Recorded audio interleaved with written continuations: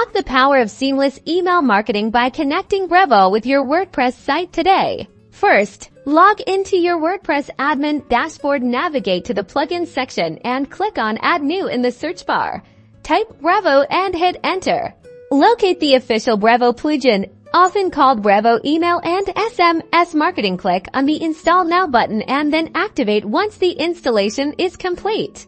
Now, let's connect your Brevo account. Visit your Brevo dashboard. In a separate tab, find your API key, which is usually located in the Account Settings or SMTP and API section. Copy this key.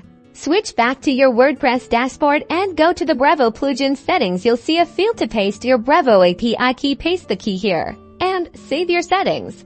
To ensure your customer data is up to date, you'll want to synchronize your WordPress contacts with your Brevo lists. Look for a sync option within the Brevo plugin settings and initiate the synchronization process. With your accounts connected, it's time for automation. In Brevo, you can now create powerful automated email campaigns. For example, trigger a welcome email when a new contact signs up through a WordPress form. Explore Brevo's automation workflows to set up abandoned cart reminders, post-purchase follow-ups, or personalized content delivery based on user behavior on your WordPress site.